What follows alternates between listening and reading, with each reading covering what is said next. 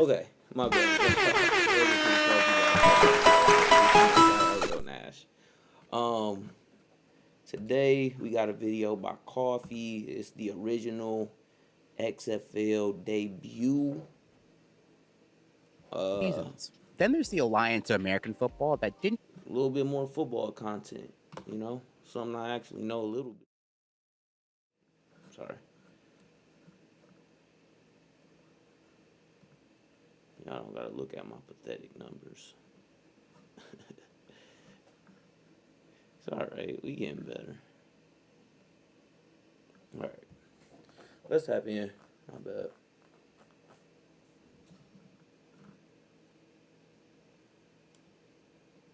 The NFL remains the prime king of American football, but that doesn't mean that other leagues have tried to come in and take a slice of that pie. There's the USFL that launched in the 80s and folded after just 3 seasons. Then there's the Alliance of American Football that didn't even get to finish a full season, as they filed for bankruptcy mid-season. And then there is the XFL. If I brought up the XFL, you might think of, actually, hold on. The league that was founded in 2018 by Vince McMahon had 5 weeks of play in 2020 before that ain't the original XFL. For The Rock to buy up the league to make it more of like a minor league for the NFL. Is the XFL That's still an XFL. going on? But I'm not talking about that one. I'm talking about the 2001 one that felt like a wild fever dream. I feel like the XFL came and went so quickly, and I was just a kid, that I often, growing up, like years afterwards, was like, was that real? Did that really happen?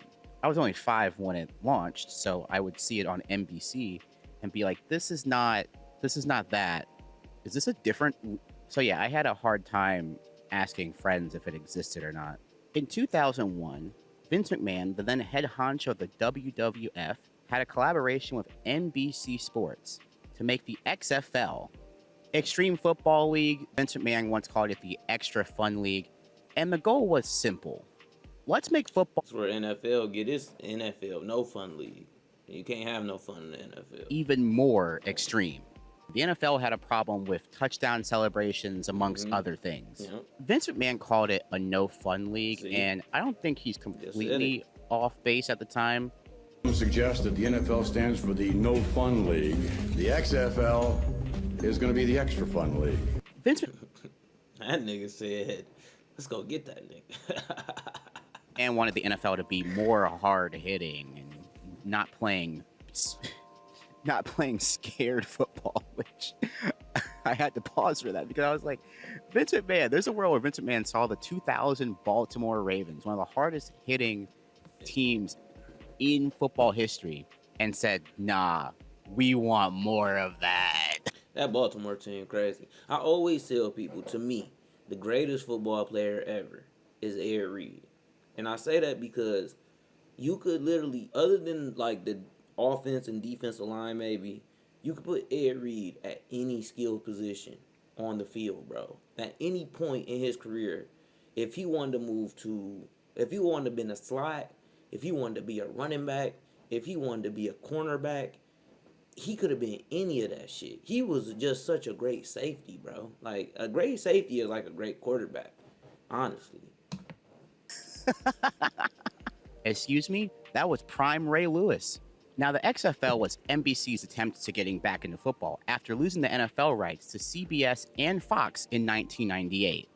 Vince McMahon had an idea to mesh football and wrestling elements to make an entire new, not new sport, but an entire new iteration of the sport that we all know and love today. They announced the league in 2000, and they only had a short period of time to get the league off the ground. And to be fair, a lot of that was their own doing. They accelerated the timeline themselves. They announced it a little bit too early.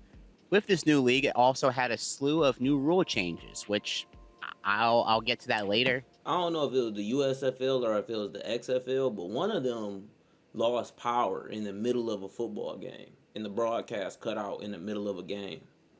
So the main thing I want to get from this video is, how did the XFL stack up as a football watching experience? Donald Trump actually is the reason why the USFL failed. Of the XFL, which was the most popular version of the league, and also I think the most raw version Watch the of 30 for 30 the league. small potatoes. If you're new here, welcome in, and if you know me, welcome back. Thank you for liking, subscribing, commenting on the channel. As you can see here, I'm not in my usual place of business. I'm trying to get outside, examine new sceneries, and, you know, switch it up a little bit. So thank you for bearing with me on that, and let's get to the rest of the video. It's time to watch the first ever XFL game in full. Now, this XFL broadcast starts off with an official message from The Rock. The players in the XFL, and on behalf of the fans in the XFL, The Rock simply says, just bring it. Just bring it.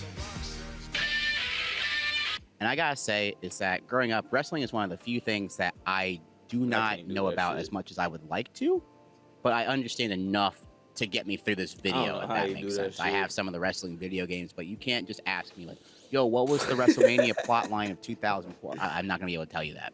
I have no clue. Like, The Rock was a fan favorite and a huge success to the Venn diagram of the WWF, but that's all I got for you.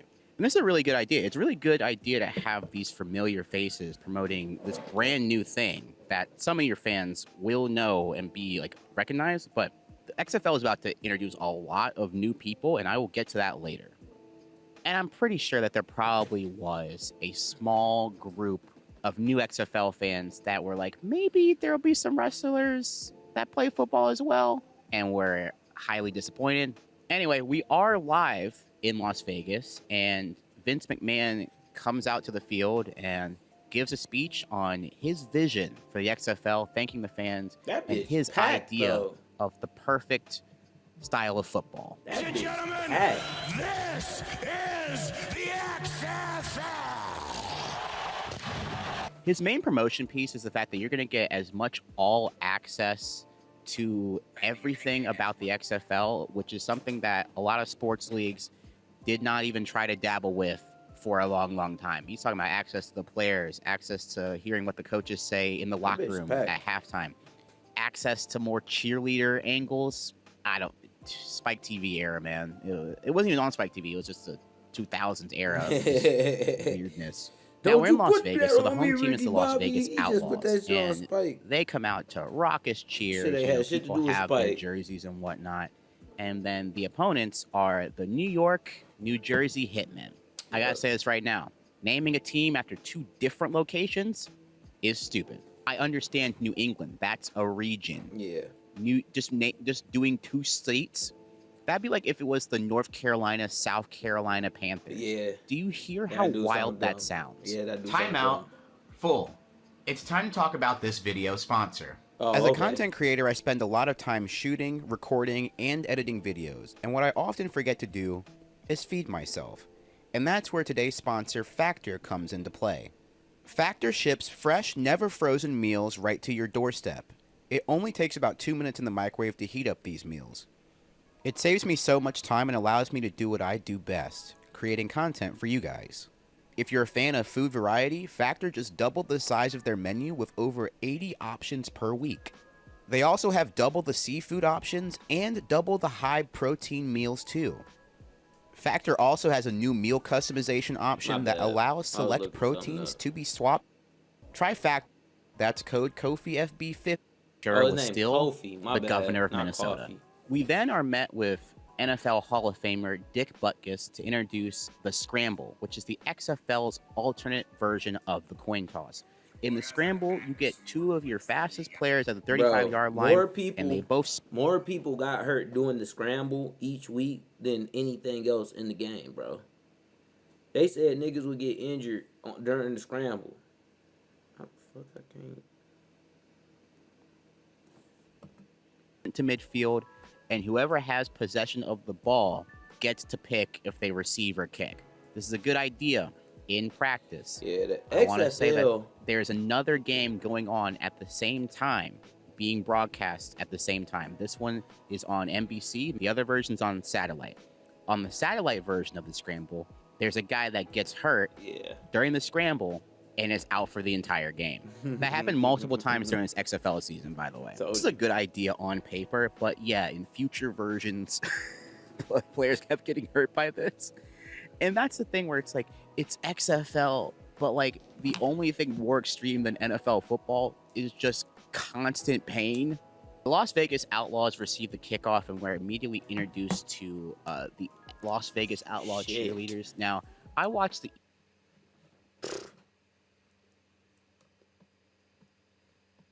ESPN documentary on the XFL, and And twins. a big promotion piece of the XFL was actually promoting the cheerleaders.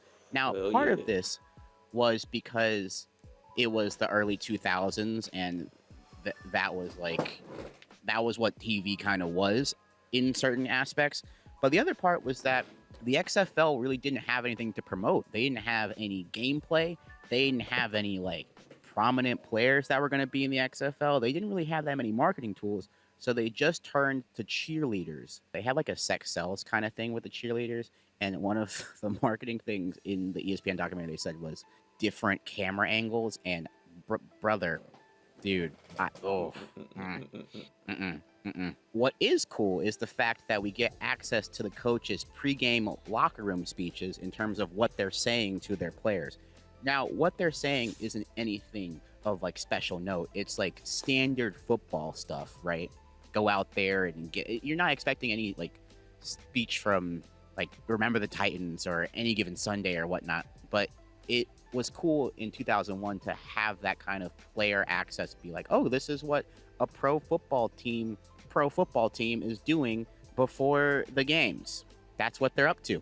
This mic'd up behind the scenes thing is an idea that will then get applied to other sports leagues. You have NFL mic'd up, NBA mic'd up, and a clear theme of this Brian XFL Cushing thing was is that beast. while the league did not do that well, Especially when he a played lot in of Atlanta. ideas were taken from it, and almost none of them have anything to do with the actual gameplay itself. During the game, we then get a screenshot that explains everyone's pay scale. So the quarterback gets $5,000. You get $4,500 to the others. Then you get $3,500 to the kickers. And then each player will get an extra $2,500 for each win in the season. Then you get $7,500 for a playoff win. And then the final would be a grand total of $1 million split between all of the players. That would be the main prize pool for this. So the main things I got from this is that, one, the kicker is going to have the best deal out of all of this. And two, Yeah. calling the rest of the league outside of the quarterback the others. Kind of crazy to me. I don't know, Vince. There are some things here that go on through the entire broadcast that make me ask if Vince McMahon has really watched football like that. And I feel like calling every other position the others is not helping the case here. I'm so sorry. And maybe there's a world where Vince McMahon played football back in the day. I have no idea. The game starts with a cool reverse kickoff at the 40-yard line, and then the entire offense introduces themselves to the fans. Clement, quarterback. BCS is a sham. University of Miami, national champs. Todd Floyd, wide receiver. Welcome to the city that really never sleeps.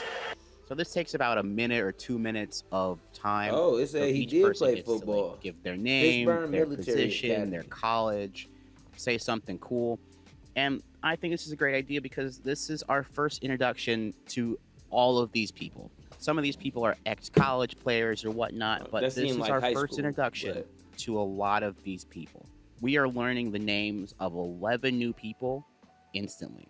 Not to mention the 11 people on defense, not to mention the head coach, not to mention the play-by-play people. So it gets to be a lot that adds up pretty quickly. And this isn't a deterrent, The good per old se, horse collar. but or the you cowboy figure out collar. real time who the stars become, neck roll, who the impact pause. players to watch are. Because right now it's a blank What do slate. you mean by Nobody that? knows That was anything. We classic also get to back hear the then. play call here from the quarterback. You don't see where that no though we more. don't understand what we're saying, they're saying regular football jargon. They're not saying hey, dude, go left and let's run left. Let's figure this out. No, they're doing the regular football jargon stuff. And while I can't understand it, it's cool. Now, on the first play, the quarterback does scramble out, and Jesse Ventura makes a reminder that in this league, quarterbacks are not allowed to slide. Jesse Ventura, the goddamn wrestling / governor of whatever or senator, whatever the fuck he was a senator of. Jesus Christ. There's no sliding in the add XFL. XFL commentator to it. They're required to play the game here. Which, like, okay, I get that. I don't have a problem with the quarterback not being allowed to slide. It's the way Jesse Ventura says it, like it's like some like, oh man, they're not allowed to slide. I'm nitpicking here. I'm sorry. Let's continue. Yeah, Later in the drive, the Las Vegas Outlaws hand the ball off to He Hate Me, and he gets a chunk of yardage. What's that on the back of his jersey? He hate me. Brian Trout, I'm not sure. Y'all remember when I was talking about this movie a couple of weeks ago on a different live stream when I was like, that was with Anthony Mackie in it. And Anthony Mackie, because I thought that they had said they did say Anthony Mackie won. But He Hate Me. This is He Hate Me right there. They can put any name they want on the back of their jersey, so you got nicknames, you got everything. That movie is called She Hate Me. That seems to be a phrase. The movie called She Hate Me. But it's a play on, for some reason, this right here. And it's kind of dumb, honestly. It's not a great movie at all, but it's kind of interesting. Whenever you mention the XFL to any sports fan, the number one answer on Family Feud would likely be, oh, he hate me. They say he hate me. Everyone knows he hate me. XFL had a thing where you could put your nicknames on the back of the jerseys. And I get the wrestling element of this because no one calls The Rock Dwayne when he gets into the ring, like The Undertaker, right? You have the option to put your nicknames on these jerseys, which is sick. The Outlaws are putting together a really good drive, honestly. And then we cut to this exchange. Quarterback Ryan Clement knows how to score. Especially against an 8-man front. When the free safety slides over, my receiver gets a nice free release, which causes the defense to collapse, therefore allowing us to penetrate for the touchdown. Like, this stands out to me a lot as a very weird exchange. I know It was weird, but low key, that shit was kind of cold at the same time. Like, I'm not saying like that is weird, but were you able to add a little bit of pizzazz where you can have them explaining the game to you? Like, you ain't got to make it all sexually related. That's the issue. But even just having the cheerleader talk to him just about this shit, that alone is dope. Trying to go for the sexy, nerdy dynamic here. Yeah. But it just comes out of left field. You and don't it's gotta just do all so that awkward. shit. And again, the XFL, they got football guys, and not all of the football guys are going to be personality guys. Yeah. But when you get these football players to be in the XFL, they kind of have to be the personality, especially if the football is not that different from the NFL. I kind of wish that this quarterback actually had a whiteboard to draw out some of the plays so that we could sit here and learn something, because again, we just got a segment where he just gave us a ton of weird jargon. These players are going to have to double as entertainers. I don't know how many of them really care about that part, right? Some players just want to see this as another way to play football. Having players have to double as that can kind of become a tall task at certain points, depending on who it is. We then pan into an intro into Skycam, which is one of the main XFL innovations that has stayed with us throughout. Now, Skycam is kind of an overhead camera that allows us to watch the XFL at a unique angle. So NFL usually does like side to side, whereas the XFL kind of shoots it vertically. And I gotta say, I wish that NFL football was always shot this way, because I often struggle as a football fan because I don't get to see the routes develop. You get to hike the ball and then 4 players disappear off the screen, right? With Skycam, you get to see like route concepts and stuff, and it's better to learn the game of football that way if you're trying to learn the game of football, in my opinion. The Hitmen force 4th down, and then we get some more all access of the players trash talking, and it's real extreme football, I'm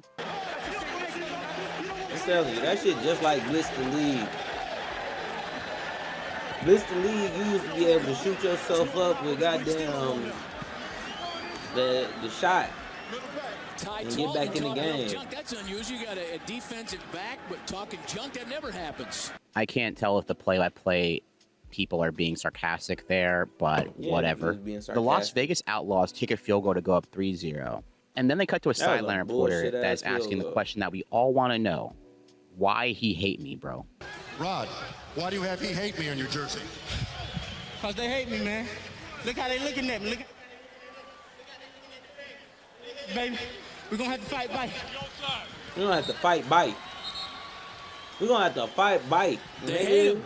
They hate him. So one thing I'm noticing early about this broadcast is that there's They a hate lot him. of dead air, and it feels like a weird balance between the play-by-play people when they're supposed to talk and when they're supposed to let the all access do the work. Yeah. Because sometimes the play-by-play person is talking, and then they cut to an all access moment, but the all access isn't really all accessing. So then there's just like some silence. It gets a little bit weird.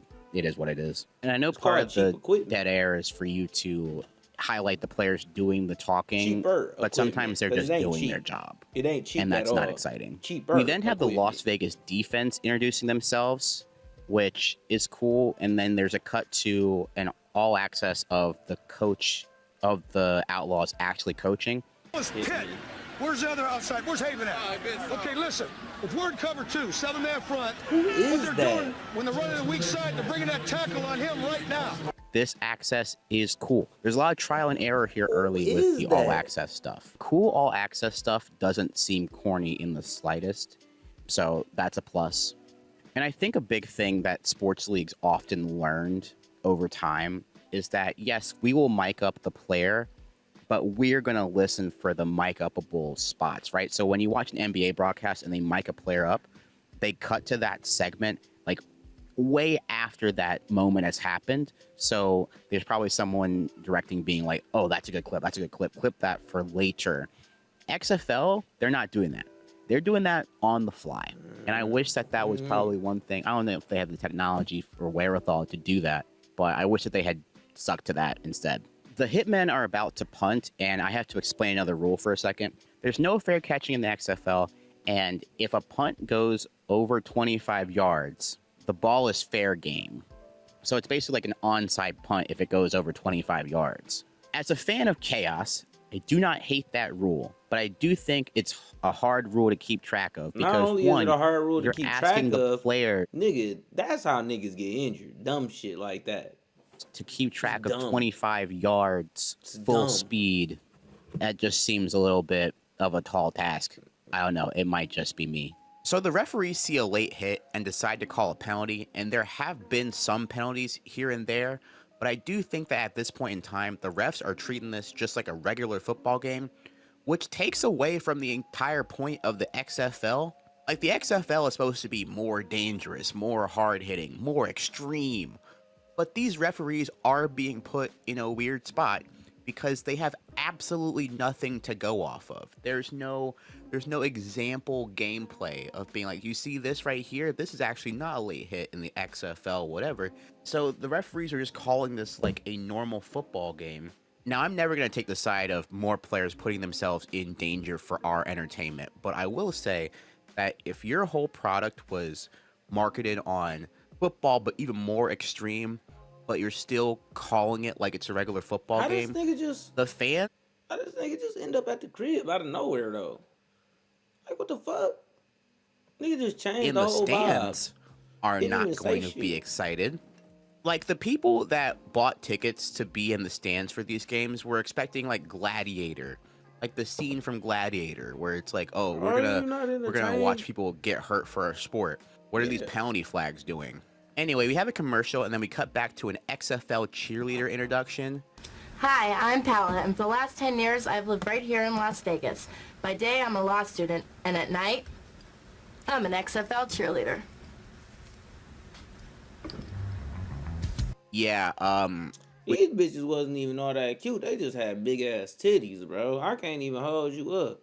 Some of these bitches, they are. I ain't trying to say they ugly. I ain't being rude.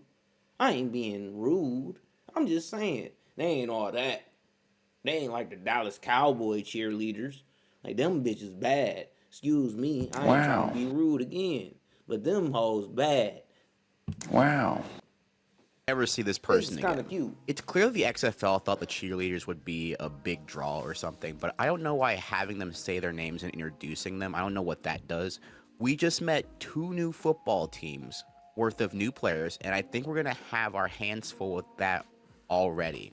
They do have a segment of just mic'd up football hits promoted as big hits, but if we're being honest, this just feels like regular NFL competition, but you put the mics a little bit closer so that the sound is louder. This looks like regular NFL football, guys. As someone that watches the AFC North year in and year out, this is pretty standard stuff. I don't get that criticism.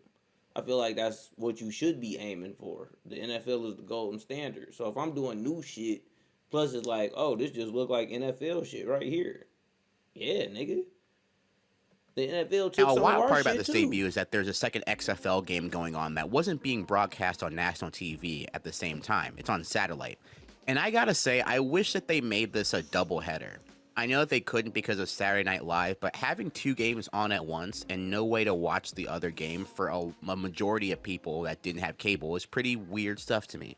That means that the first touchdown in XFL history actually happened off screen if you're watching NBC.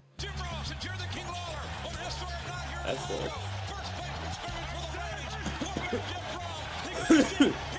But satellite TV was becoming a huge, like, satellite TV is just streaming today, like in this day and age. Like, I get it's a different concept, but it's like I get to pay for and watch what I want to watch when I want to watch it.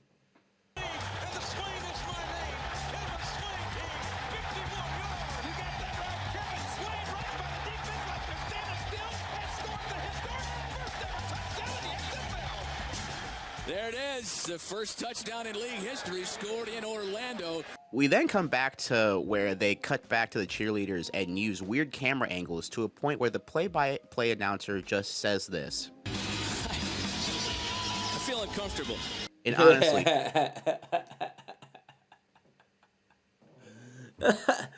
Wow. What do you mean by That that? nigga said, I feel uncomfortable. it's just crazy how they use this as a big part of the marketing for all this. I know that I keep repeating myself, but it's still just wild. So if we're keeping score at home, we basically have regular football with some slight tweaks and then awkward shots of cheerleaders on NBC. We get our first touchdown in this game thanks to a tipped pass, and if you were expecting extra fanfare, you do not get it. In the first quarter, it's deflected and caught. Sloppy seconds. Ricky Bray. What do you mean by that? Outlaw touchdown. 50 seconds is crazy.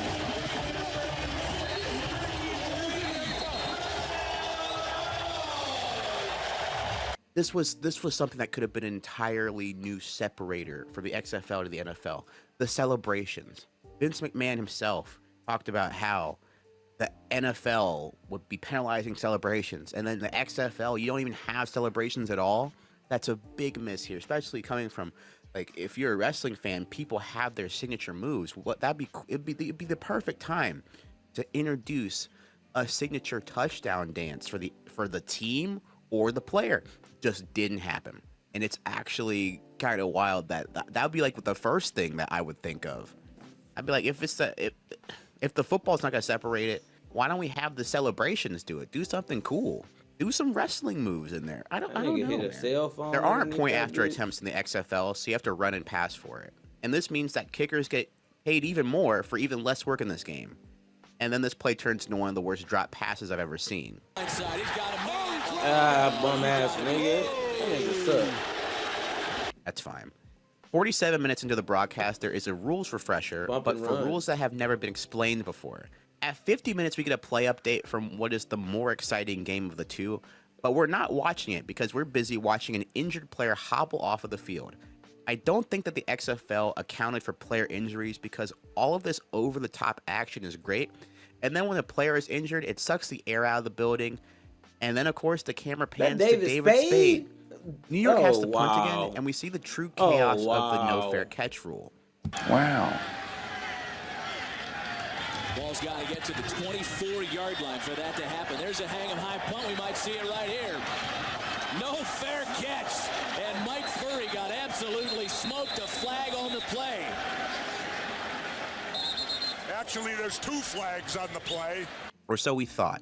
We get 2 penalties on the play, so there's still kick-catch interference, but no fair catch, which kind of makes the no fair catch rule kind of stupid, no? Because I feel like we're all at home expecting players to be lit up throughout this, but no, we're not. You have a 5-yard radius, 5-yard catch radius for the punt return, but they're not allowed a fair catch. This is an incredibly hard play to referee, it feels like. We get a lot more player interviews, but then again, they're just regular standard interviews. The coaches are chill, and the players are still used to regular athlete interviews and media training. And we finally get the most exciting play of the night currently from He Hate Me. They load up a lot of receivers on the left side. Clemens got to dump it off. He Hate Me, run smart. There he goes, midfield, breaks a tackle. Still dancing, still on his feet. This game don't show more breakaway speed. They immediately want to go to him for an interview, but the man is wiped. Not only is he tired, he has to go back into the game. If He Hate Me, Ron, talk about the play. All right. He's going back in. Okay. Finally, 57 minutes in, we have our first stat graphic of the game show up. And 90 seconds later, we have a Stone Cold cameo. I hear the guy who runs NFL, Paul Tagliabue, said that the XFL is a non-issue. A non-issue? Hell, I think that's an insult to football fans everywhere and an insult to the men knocking heads on the football field. You know, Mr. Tagliabue, you might be careful of that non-issue, just might bite you on your ass. And that's the bottom line, because Stone Cold said so. Which is awesome, but what he's saying doesn't match the product on the field, as this game is a snooze fest. And it comes down to the biggest weaknesses that many football leagues struggle with: quarterback play. Playing quarterback is one of the hardest things to do in sports, to a point that... Bro, I be telling people this so much. I literally, I be like, bro, niggas want everybody to be Tom Brady. That's not how it goes. Playing quarterback is so difficult. You got the weight of the organization on you, and you don't have the abilities to make any real changes. Is there some quarterbacks who get that? Yeah, but the vast majority of quarterbacks are just football players, bro. They just get to be football players. So when people put them in that place where it's like, you gotta be this, like, no, bro, nigga, I'm playing good. We're losing. How the fuck I'm supposed to do something? Well, it's because of you. And then somebody else come in and they do better, and they be like, well, see, it was because of you. It's like, no, maybe it was because of you, and I shouldn't be playing for your bum ass, bro. Because then certain quarterbacks like Daniel Jones go to a different place, and them niggas be good. And then you got Pete Carroll and motherfucking Geno Smith, who done played for the same goddamn team already together, and them niggas suck at the Raiders right now. It's like, it don't matter, bro. It's so much shit that go into that shit. It's not just about a quarterback or a coach or a one person. It's fucking 60 niggas out here, plus the organization. But on top of that, bro, you got coaching staffs, you got equipment managers, you got people that really matter in the football realm, where if they don't get that, they don't have that, and they don't have that security, ain't shit running. That's the reason why the Patriots was just locked in, because it was like, bro, we just gonna beat everybody ass. We gonna say, fuck the bullshit. Nigga, you ain't gonna make no money. Tom Brady, you ain't making no cheese for real. And if anybody talk shit, we getting them the fuck out of here. And if you don't like it, fuck you. In any era of the NFL, 10 to 15 make the sport look cool, while the other half in the league struggle to make it look doable. And yes, that includes the backups and the third stringers as well, that are also currently in the NFL. So when you make a new professional league, the QB play will look a step down from the NFL, and maybe even college football, depending on who it is. So that's one thing that all these new leagues have to struggle with. Now, I know that the XFL had some quarterbacks that were in the NFL. I think Jeff Brom and then Tommy Maddox as well. But throughout the league, that wasn't a guaranteed given. And even then, at that point, it's not like they were plucking NFL starters. You know what I'm saying? It's mid-game, and we get a fan interview for some reason, and I'm even more confused here. People who played in the NFL. How'd you feel about the scramble for the ball before the beginning of the game? It was great. Hey, if you want the ball, you got to get the ball. Go Outlaws! That spiky hair is crazy, bro. That was a staple of the 2000s. I'm confused here because they're asking us about something that happened close to an hour ago in real time. An hour ago. That happened so long ago. The next play we finally get what I think is the first true instance of XFL action. A lot of time to throw. He's got a man over the middle. There's Brandon Sanders, the talkie safety. Oh, shit. Oh, shit. Oh, shit. Oh, shit. And honestly, this is what I've been waiting for the entire time. It's been a while. And we also get our second good player interview. Look like you were hit by a truck over there. Oh, he got me, but you know what? I roll with punches. Don't please believe me. Like Sugar Shane. Sugar Shane, baby, I roll with the punches. That's all that was. That nigga concussed. That's. Tell him to keep coming at me. He gonna put me back where I need to be. Tell him to keep coming. He's a bum. And Brandon Sanders, or BMAC as they call him, he's a great entertainer. And it looks like we at least have one player on each side of the ball that sounds like a fun time. He Hate Me and BMAC. Great. We then have another fan interview. And I'm saying this because no other league would even dream of doing this, by the way. Just how big of an XFL fan are you? Let's put it this way. We've been in this city of Las Vegas for about 7 hours. We came all the way from Ramstein Air Base in Germany.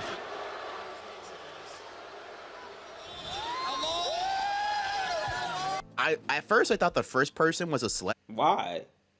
Like, what the fuck? Why? That I didn't recognize, but no, these are just regular fans. During the game is crazy. If a league has fan interviews, usually it's either pre-packaged, like so they can make sure that the fan doesn't say anything crazy. But no, the XFL is just like, no, keep it rolling, bro. But at this point, I'm starting to realize how many interviews there are currently.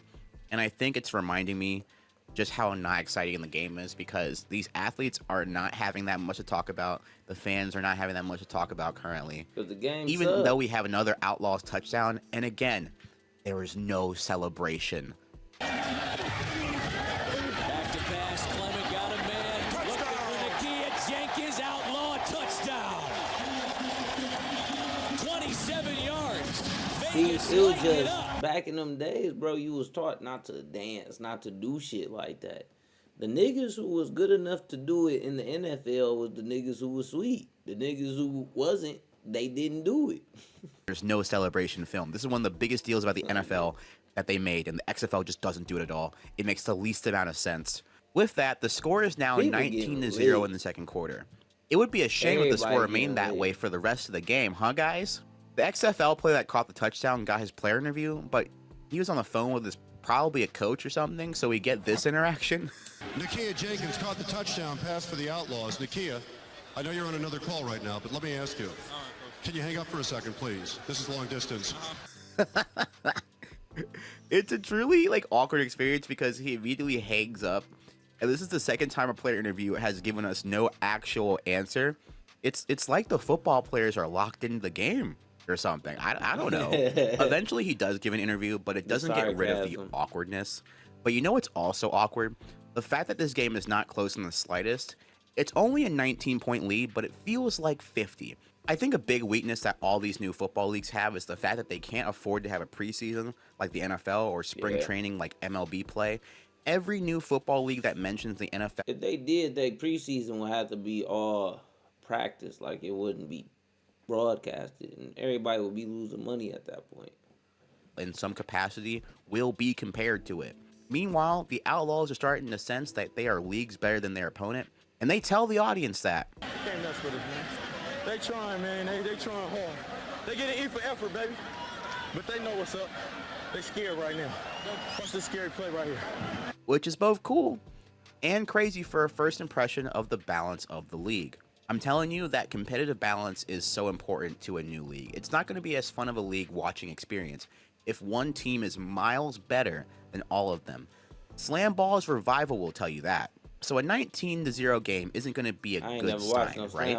A fun thing that happens at halftime that I don't think that we see in sports often is that they interview the hitmen coach and he says that they're beating themselves. Well, we're just beating ourselves. You know, we're not playing the defense the way it's designed to be played. I think we were a little tight when we first started, and then we, we're a little bit shell-shocked. We just got to group together and come back and play our best the second half. But I think the interview is being broadcast across the stadium, like on the loudspeakers, so the other sideline reporter and the other team can hear that, and they immediately respond with some bars of their own. In a dominating defensive performance in the first half, but you just heard New York coach Rusty Tillman say they were beating themselves. It wasn't you beating them. Well, hey, we still got to put those lights out defense.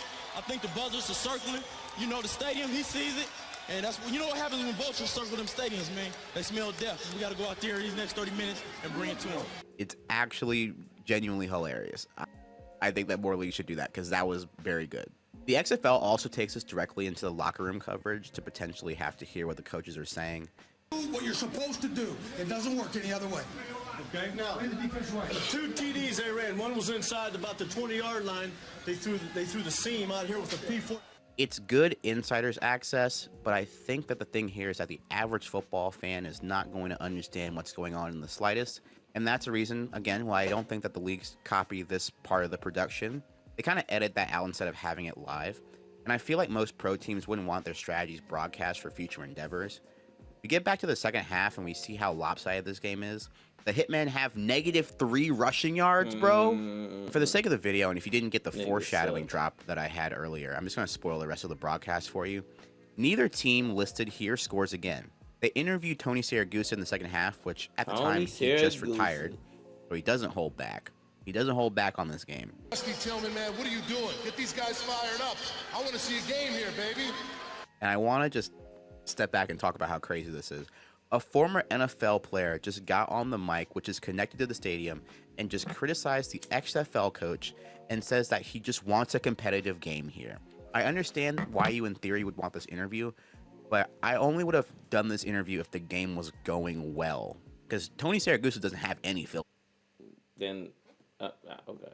And you knew that when you put him on the camera. Later on, the Hitman quarterback gets laid out, and then we see him getting tested to see if he's all there or not. Once again, this is the side effects of the XFL that I don't think that they took into account for. Like, this is the main thing with it. I think that Vince McMahon promoted that something would be more dangerous than the NFL when he didn't know just how dangerous the NFL already is. And it's really wild, bro, seeing a quarterback take a concussion test and have the cameras focused on it. Like, this goes against everything live sports is known for now. What's wild is that we go directly from this to a cameo from The Undertaker. You might say I'm a gambling man, which means I fit right in out here in Las Vegas. Some people are asking me whether the XFL will be a success. Well, here's a tip from me, The Undertaker. Don't bet against it. I'm not going to make fun of him for the "don't bet against it" line, but I just want to make it clear that I did not add the Limp Bizkit music in the background. That was already there. I know that I put Limp Bizkit in other videos of mine. This was already in that one. Yeah, Coming back from the break, it's announced that The Rock was hosting Saturday Night Live, which makes so much sense, honestly, that they wanted to make this night like really like have so much overlap where it's like, if you like Saturday Night Live and you like The Rock, you're going to like this XFL game that's happening before. Which I think is a great idea. They really did pull out all the stops to make this XFL try and be great. So I understand the synergy here. Then later interview quarterback number 7, and if you've been keeping track, it's the same quarterback that got tested for a concussion earlier. What? The other team has momentum. They're doing some things that are confusing us. We're getting beat off the ball, but things are just snowballing right now. And, there's nobody making excuses. We're just being outplayed right now. This is crazy work, bro. I'm sorry, bro. I can't even. 4 minutes later, they have their player cheerleader collab. Brandon Sanders, what's your favorite part of the game? Right now, thinking about the bump and run. Once again, we get another reminder of just how exciting the other game going on at the same time is. Chicago and Orlando are having so much fun, man. Don't you wish that you were watching this game? We also get a programming note about future XFL games, and one of them is on UPN, which is it's a blast from the past. The one thing I have of note is that there's a fourth quarter update of the other game, as we get to go now and watch that broadcast live and get to check in on how the game is going. What if I told you that the broadcast never switches back to the other game? Now, I have a couple of problems with this. Imagine if you were in a movie theater and you're not watching the best movie in the world, but you're still a little bit invested. I mean, you've been introduced to the characters and you know who they are. Now, imagine if that movie theater then threw you into a second half of a different movie while you're in the same theater room, by the way. They barely introduce anyone and then you never finish the other movie. That's what the XFL watching experience must have sounded like if you didn't have satellite TV. By the way, they did this with 14 minutes left in the game that they were showing us, which is a huge gamble. We've seen comebacks happen in way less time. While the game is better, the rationale of this is wild to me. I will state that the announcing crew is way better than the main crew that we were watching, which is also something. Yes, and it's known for John Avery. He's been the difference maker in this game. I'd give the ball to Avery. It honestly makes me wonder what the reception of the league would be if this game shown was actually on NBC. And I think that, of course, you had to pick one. It's bad luck, honestly. I understand, but it's just a huge what if. With Chicago down 5, they then try to mount a comeback, but Orlando picks it off. 20-yard line, second down. Play action. Oh, slip. There's a throw. Intercepted. Oh, And this is a really exciting football game. It's exciting. It's fun. Orlando scores another touchdown, and these commentators are, again, they're just way better, man. it's going to be a huge series for Orlando. Ron looking to throw. He's got all day. In the end zone. Oh, touchdown. 2-minute warning. Chicago comes back and scores and makes it a tight game. And even with the tight end I doesn't wouldn't get up have quickly, been mad. we do have a ball. I can't lie. That other game was bullshit. I wouldn't have been mad. The other game ended, by the way, same score. Anyway, Orlando holds on to win this game, and the broadcast ends. So yeah, I think this had potential, but it felt really forced at times. There's the player segments with the cheerleaders, which probably sounded cool in theory, but the overall lack of chemistry just seeps through all of this and just made this seem corny as hell. I think the main thing about the XFL is that it was too cheesy for the average football fan and not exciting enough for the average wrestling fan. My theory is that Vince McMahon thought that football and wrestling were basically two sides of the same coin. Just a bunch of people making contact and wowing the crowd. But it's not. While wrestling is more of an art form in terms of selling punches and finishing moves, football is more like an ongoing battle. The XFL's all access was a great idea, but it was too much access. I do not need to see my quarterback getting tested for concussions. I do not need to see or hear random fans giving interviews.